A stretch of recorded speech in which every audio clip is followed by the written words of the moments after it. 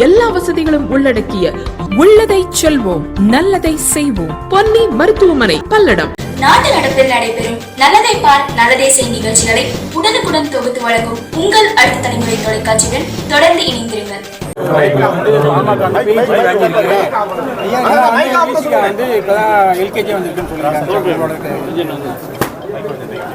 அதனால் ஒன்றும் வருத்தப்படுறதுக்கு எதுவும் இல்லை. நாங்கள் எல்கேஜி தான், அவங்க பிஹெச்டி தான். ரொம்ப மகிழ்ச்சி சார். அதே மாதிரி நம்மளோட தேசிகாவோட மது ஒழிப்பு மாநாடு வந்து பெரிய சர்ச்சை ஏற்படுத்தியிருக்கு. கூட்டணியில் வந்து பிளவு ஏற்பட்டிருக்குன்னு சொல்கிறாங்க. எப்படி சார் பார்த்துருக்காங்க? இல்லை, நாங்கள் திமுக கூட்டணியில் தான் இருக்கிறோம். அதில் ஒன்றும் பிரச்சனை இல்லை. பொதுவாக எல்லாருக்கும் அழைப்பு, எல்லாருக்குமான பிரச்சனை, எல்லாரும் பங்கேற்கலான்னு ஒரு அழைப்பு விடுத்தோம். பங்கேற்பதும் பங்கேற்காததும் அவங்களுடைய விருப்பம். அதே மாதிரி ராமதாஸ் சொல்லும்போது பிரச்சாரம் பண்ணும்போது எல்லாரும் ஃபஸ்ட்டு கூப்பிட்டுருக்கோம், ஆனால் அப்படி கூப்பிடுங்க அப்படின்னு சொல்லியிருக்காரு. அதை எப்படி சார் பார்க்குறீங்க? அது ஒரு நிறைய கசப்பான அனுபவங்கள். சேர்ந்து செயல்பட முடியாத நிலைக்கு அவங்க தான் எங்களை தள்ளி விட்டாங்க. நாங்கள் அதுக்கு பொறுப்பு இல்லை. அதுக்கான வாய்ப்பு இல்லாத ஒரு சூழல். பாமக இழிவுபடுத்துகிறாவில் பேசக்கூடாது அப்படிங்கிற ஒரு எச்சரிக்கை துணியில் அவர் சொல்லியிருக்காரு. இழிவுபடுத்தணுங்கிறது எங்கள் நோக்கம் இல்லை. செய்தியாளர்கள் திரும்ப திரும்ப கேட்கறதுனால நான் அதுக்கு விளக்கம் சொல்ல வேண்டிய தேவை இருக்கு. அவ்வளோதான். இழிவுபடுத்துறது எங்கள் நோக்கம் இல்லை. ஒழிக்கணும் அப்படிங்கிறதுனால நீங்கள் போயிட்டு ஃபுல்லாக மாநாடு நடத்தி இதை வெளியில் பண்ணுறோன்னு நீங்கள் நினைக்கிறீங்க. ஆனால் பல்வேறு இடத்துல வந்து இதை இது பண்ணுறாங்க. அதை நீங்கள் எப்படி? இல்லை, விமர்சனங்கள் இருக்கத்தானே செய்யும். நான் எங்களுடைய நோக்கத்தில் எந்த களங்கமும் இல்லை. களங்கம் கற்பிக்க பலரும் முயற்சிக்கிறார்கள். அதை நாங்கள் பொருட்படுத்த விரும்பவில்லை. ஆமாம், அஃபிஷியலாக நாங்கள் யாரையும் அழைக்கலை. ஒரு பொதுவான அறைகூலாக விடுத்திருக்கிறோம். கட்சியில் முன்னணி தலைவர்களோடு கலந்து பேசி ஒரு நாளில் முடிவு செய்வோம். கடந்த ஆட்சி காலத்தில் அதிமுக உள்ளிட்ட எல்லா கட்சிகளுமே மதுவிலக்கு எதிராக குரல் கொடுத்தாங்க. இந்த தடவை அந்த குரல் குறைந்திருக்கு. நீங்கள் தான் முதல் முறையாக குரல் எழுப்பியிருக்கீங்க. அதை பற்றி என்ன சொல்கிறீங்க? இப்போ எல்லோரும் சேர்ந்து குரல் எழுப்புவாங்க. யாருக்கும் அதில் வந்து மாற்று கருத்து இருக்க வாய்ப்பில்லை. இல்லை, மது கடைகள் இருக்கட்டும், அரசு மதுபான கடைகள் இருக்கட்டும், எந்த கட்சியும் சொல்ல வாய்ப்பில்லை. மதுவால் இவ்வளோ பெரிய பாதிப்பு ஏற்படுது அப்படிங்கிறத யாரும் மறுக்க போகிறதில்ல. ஆக எல்லாரும் ஒருமித்த கருத்தில் இருக்கும்போது ஏன் நம்ம சேர்ந்து குரல் கொடுக்கக்கூடாது? எல்லாரும் ஒன்று சேர்ந்தால் நிச்சயமாக மது கடையில் மூட முடியும். இல்லை, அது நான் விளக்கம் சொல்லிட்டேன். அது வந்து அந்த டெக்ஸ்ட்டில் ஏதோ பிழை இருந்து டெலீட் பண்ணாங்க, சரி பண்ணி போட்டாங்க.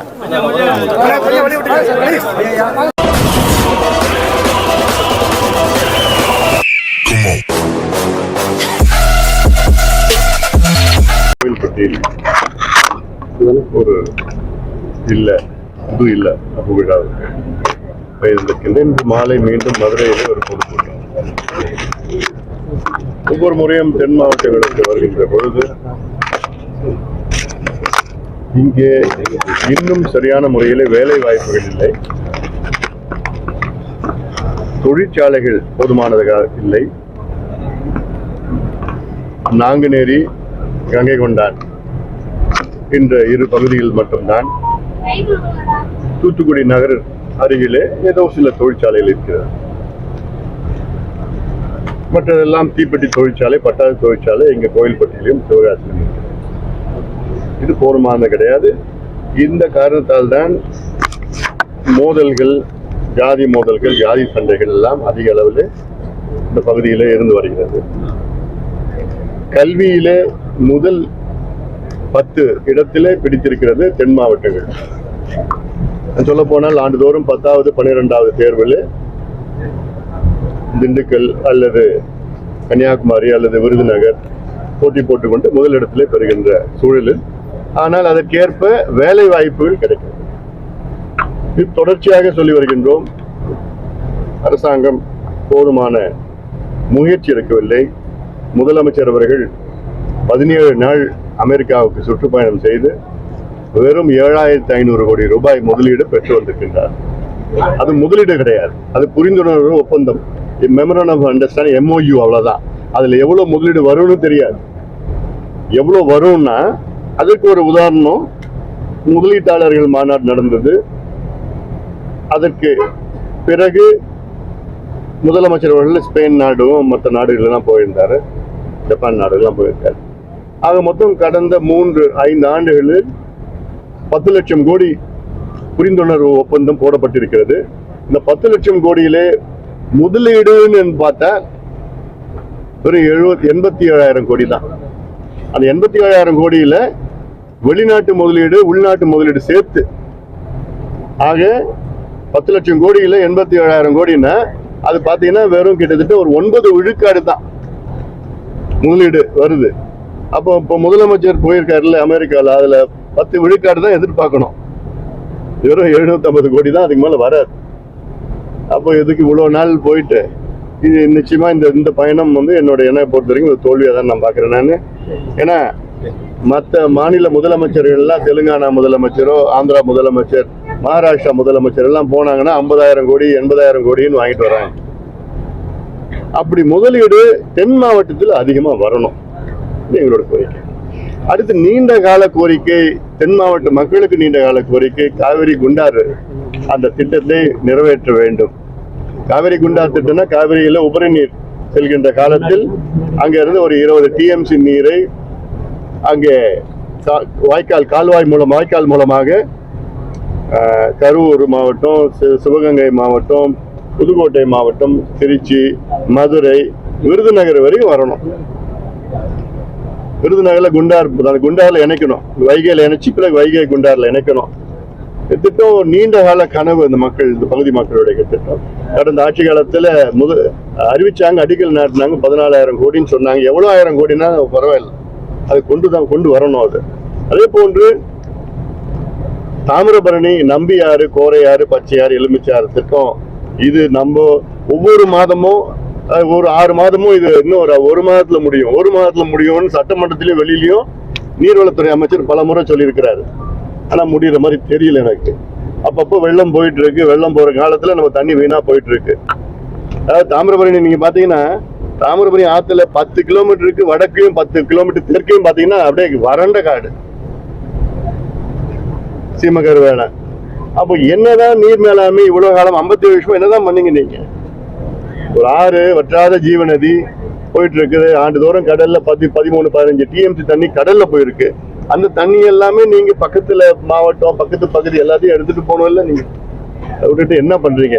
ஆனாலும் இப்ப தூத்துக்குடி மாவட்டம் கடந்த ஆண்டு வந்த வெள்ளத்துல இருந்து இன்னும் மீளல. ஏன்னா இதுல இன்னும் விவசாயிகளுக்கு சரியான ஒரு நிவாரணம் போய் சேரல. சாலைகள் இன்னும் மோசமா தான் இருக்குது. நான் இப்போ கடந்த மாதம் வந்து பார்த்துட்டு போனேன். அந்த ஒரு பாலம், ஒடிஞ்சு போன பாலம், இப்பதான் ஏதோ நான் வந்து பார்த்துட்டு போனது பிறகு ஏதோ சீர் பண்ணிட்டு இருக்காங்க.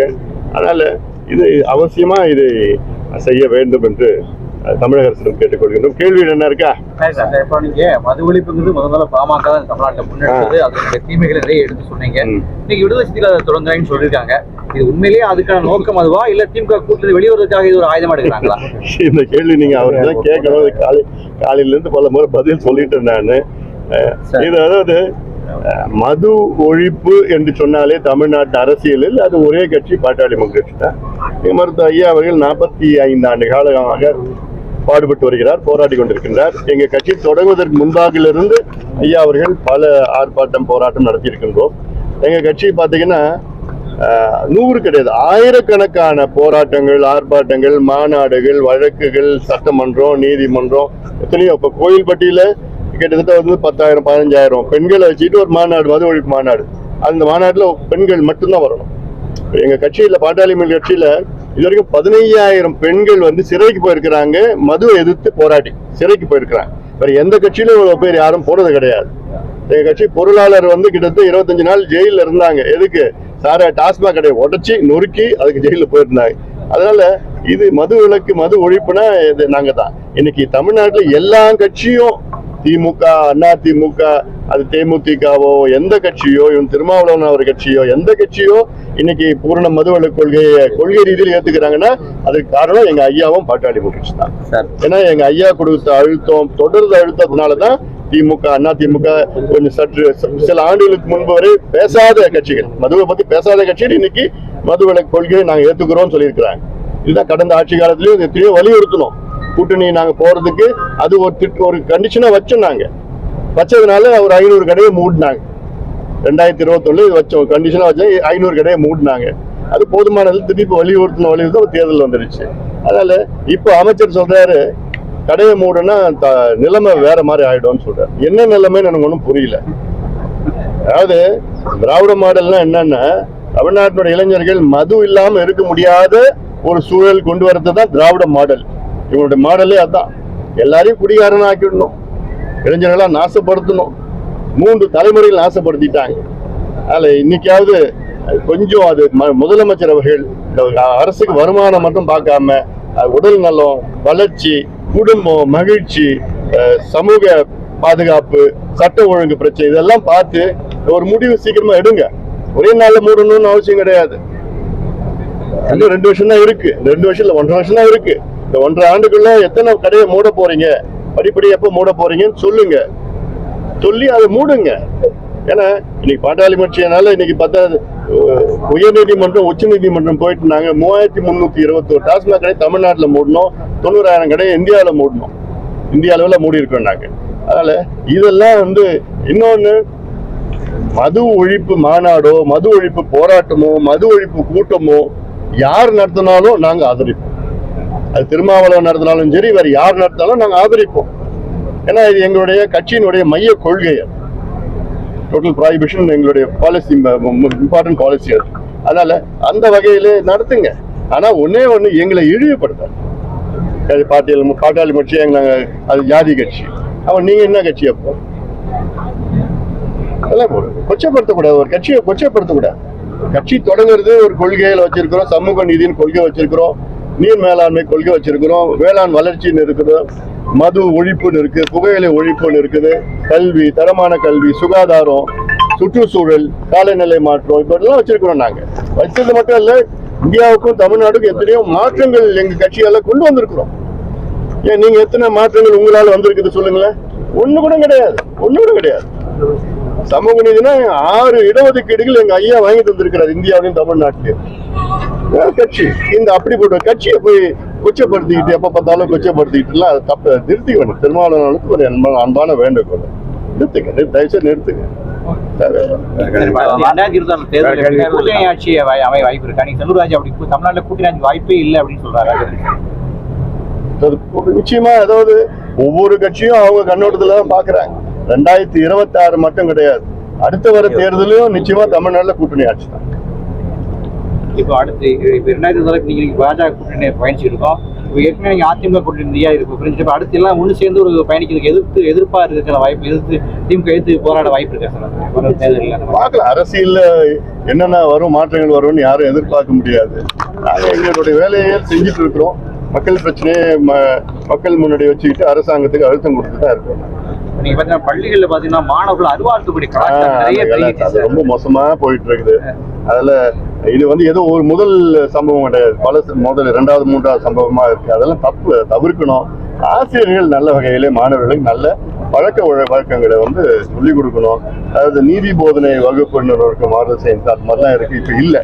அதெல்லாம் கற்றுக் கொடுக்கணும். நல்ல பழக்கங்களை, ஒழுக்கமான பழக்கங்களை கற்றுக் கொடுக்கணும். அதெல்லாம் பண்ணணும். அதில் அப்படி கலாச்சாரம் ஏதாவது கடுமையான நடவடிக்கை அவங்க பிள்ளைங்க மேல மட்டும் இல்லை, அவங்க பெற்றோர்கள் மீது நடக்கும். அப்பதான் கொஞ்சம் ஏதோ கொஞ்சம் கட்டுப்பாடு வரும், ஒரு பயம் வரும். 2024 மீண்டும் திமுக ஆட்சி அமையறதுக்கு வாய்ப்பு இருக்கா? இப்படி தட்டுப்பட்டு நீல ஒரு கேள்வி கேட்டீங்கன்னா நிச்சயமா கிடையாது. எதனால அது மக்கள் ஏதாவது இன்னைக்கு மக்கள் எதிர்ப்பு, மிகப்பெரிய எதிர்ப்பு இருக்கு திமுக மீது. எதுவும் செய்யல, ஏதோ சும்மா விளம்பரம் பண்ணிட்டு இருக்காங்க. விவசாயிகள் கோபமா இருக்கிறாங்க, மாணவர்கள் கோபமா இருக்காங்க, பெண்கள் கோபமா, சட்ட ஒழுங்கு பிரச்சனை, மது, கஞ்சா, போதைப் பொருட்கள், நிறைய பிரச்சனைகள் இருக்கு. அதனால இதெல்லாம் கவனம் செலுத்தணும். கவனம் செலுத்தாம முதலமைச்சர் ஏதோ ஒரு இருக்கிறாரு. அதனால அது அவசியமான இதெல்லாம் கவனம் செலுத்தி தமிழ்நாட்டு மக்களை மீட்டெடுக்கும். Okay sir, thank you sir. வீட்டில் கூப்பிடுங்க.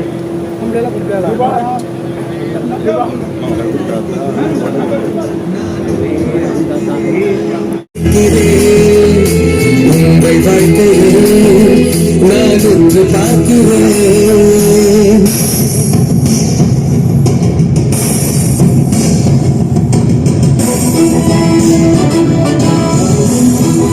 அதை கண்டு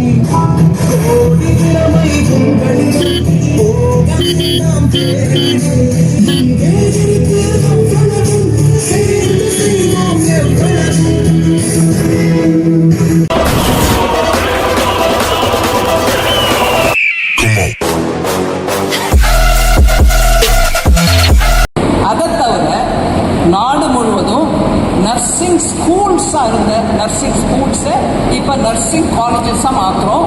அதனால் டிகிரிஸ் வாங்குறதுக்கு இங்கே நீங்கள் பேசி ஒரு நல்ல காலேஜ் கட்டியிருக்கீங்க. அந்த மாதிரி அந்த நர்சிங் ஸ்கூல்ஸ்க்காகவும் ஒவ்வொரு காலேஜையும் அப்கிரேட் பண்ணுறதுக்கு 7 கோடி ஒவ்வொரு காலேஜுக்கும் தனியாக கொடுக்குறோம்.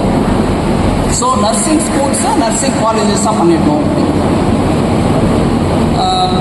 இதெல்லாம் தவிர பிரதமர் மோடி அவர்கள் எப்போதும் சொல்லுவாங்க, நான் வெளிநாட்டுக்கு போனால் அங்கே நிறைய இந்தியன் ஸ்டூடெண்ட்ஸ் வந்து என்னை பார்க்குறாங்க, ரொம்ப சந்தோஷம். ஆனால் அந்த ஸ்டூடெண்ட்ஸு நம்ம பேசினோம்னா எங்கன்னா என்னெல்லாம் கோர்ஸ் படிக்கிறீங்கன்னு கேட்டிங்கன்னா பெரும்பாலும் எல்லாரும் மெடிக்கல் படிக்க வந்திருக்கோங்கிறாங்க. ஏன் நம்ம நாட்டில் படிக்க முடியாது? அவங்க பெற்றோர்கள் கஷ்டப்பட்டு சம்பாதிச்ச பணத்தை எடுத்துகிட்டு போய் அங்கே செலவு பண்ணி அங்கே படிக்கணும், நம்மளே இங்கே மெடிக்கல் காலேஜ் ஸ்டார்ட் பண்ணால் போச்சு இல்லையா அப்படின்னு எப்பொழுதும் கேட்பாங்க. அந்த கணக்கில் மெடிக்கல் காலேஜ் சீட்ஸ் நம்ம நாட்டில் நான் மெடிக்கல் காலேஜஸ் நம்பர் ஒரு தடவை சொல்லிட்டோம். 2014 387 காலேஜஸ் இருந்துச்சு. இப்போ 731 காலேஜா உயர்த்திருக்கு. அதாவது இந்த 387 காலேஜஸ்ல 51,348 மெடிக்கல் சீட்ஸ் இருந்துச்சு. அதாவது MBBS படிக்க போற மாணவர்கள் 51,348 பேர் படிக்கலாம் ஒவ்வொரு வருஷமும் அப்படிங்கிற நிலைமை இருந்துச்சு. இப்போ அது 731 காலேஜஸா மாறின உடனே 1,12,112 மாணவர்களுக்கு ஒவ்வொரு வருஷமும் புதுசாக மெடிக்கல் காலேஜில் அனுமதி கிடைக்கும். அதனால் நான் வெளிநாட்டில் பார்க்குறேன், நம்ம பிள்ளைகளே போய் நம்மளோட பேரண்ட்ஸ் கஷ்டப்பட்டு சம்பாதிச்சு சேர்த்த பணத்தை செலவழித்து படிக்க வைக்கணும்னு விரும்புகிறாங்க, மெடிக்கல் டாக்டராக ரெடி பண்ணணும்னு விரும்புகிறாங்க.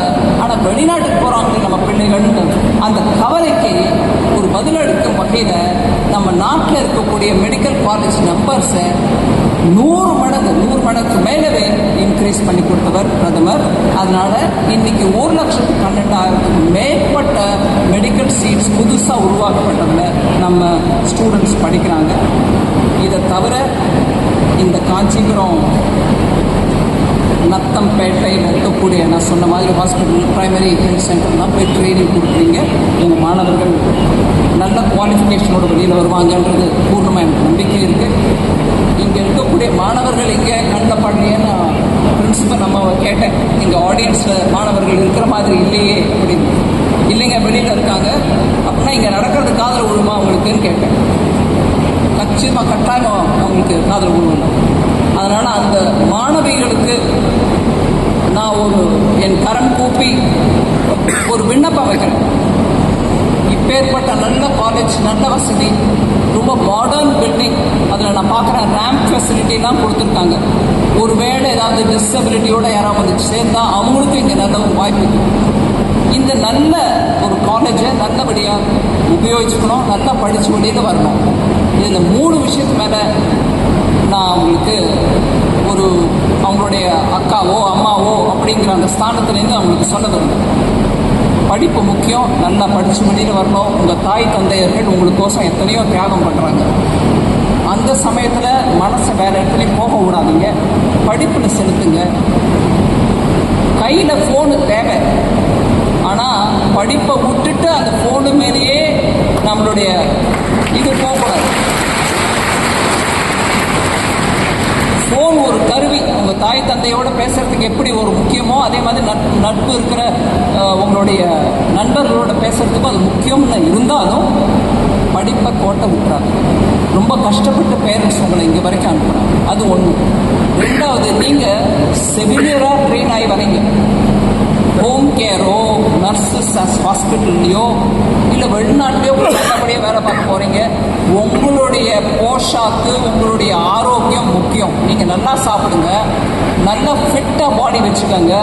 அதுக்கு தேவையான யோகா போன்ற ஒரு நல்ல பழக்கங்களை கல்டிவேட் முடிஞ்ச வரைக்கும் டெய்லி அட்லீஸ்ட் ஒரு அரை மணி நேரம் யோகா பண்ணுறதோ, நல்ல விதமாக நம்ம ஆரோக்கியம் இருக்கிறதுக்கு வேணுங்கிற தியானமோ இதெல்லாம் பண்ணால் நம்ம மனசும் ஆரோக்கியமாக இருக்கும், உடம்பும் ஆரோக்கியமாக இருக்கும். அதனால் என்னோட ரிக்வெஸ்ட் இந்த 3 விஷயம். இதெல்லாம் தவிர கண்டபடிக்கு ஆசை இருக்கலாம், வெளியிலேருந்து சாப்பாடு இதை சாப்பிடணும் அதை சாப்பிடணும்னு சாப்பிடுங்க. ஆனால் ஆரோக்கியமாக வீட்டில் சமைக்கிற சாப்பாடையும் கூட சாப்பிடுங்க. ஏன்னா அதுலேருந்து தான் ஆரோக்கியம் நமக்கு வரும். ஆஸ் நர்சஸ் உங்களுடைய ரெஸ்பான்சிபிலிட்டி, ஒரு நல்ல நர்ஸாக இருக்கணும்னா முதல்ல நீங்கள் ஹெல்த்தியாக இருக்கணும். அதனால் தயவு பண்ணி இப்போலேருந்தே ஆரோக்கியத்தை முன்னிலையில் வச்சு நீங்களும் படித்து முன்னுக்கு வந்து இந்த காலேஜுக்கு பெருமை சேர்ப்பீங்கன்னு நான் நம்புகிறேன்.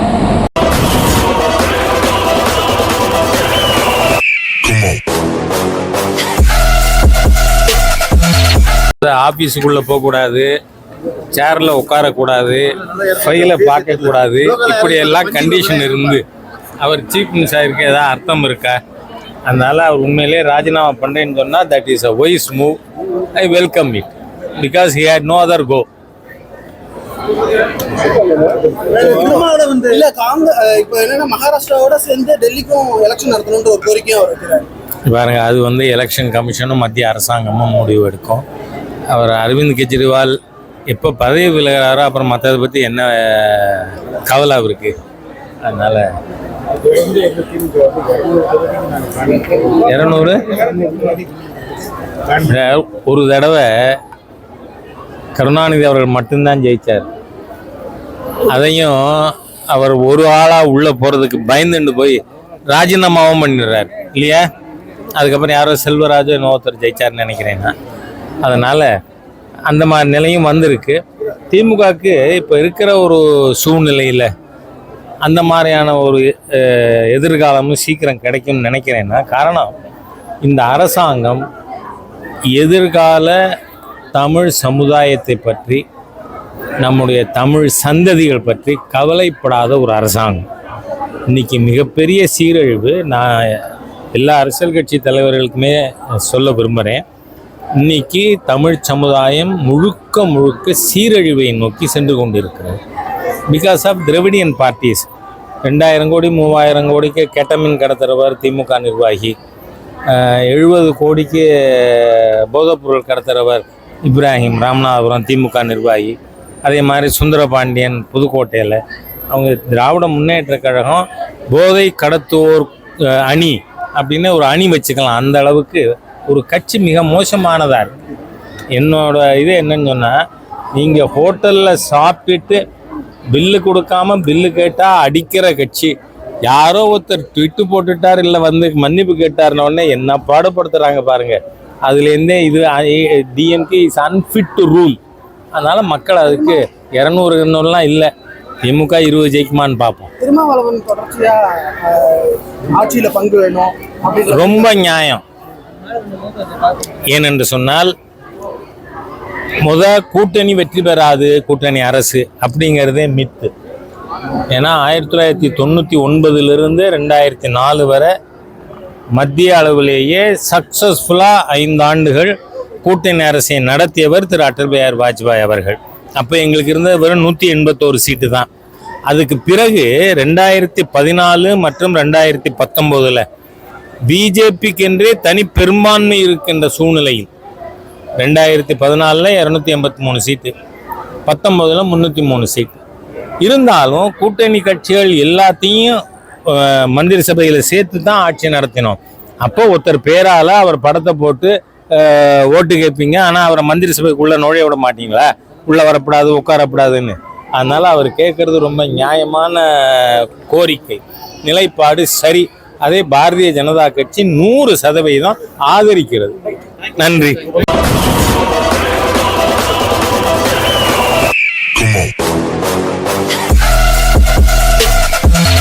ஆதரவற்றோருக்கு ஆறுதல், முதியோர்களின் முன்னேற்றம், ஆதரவற்றோர் இல்லாத சமுதாயமே நோக்கம்.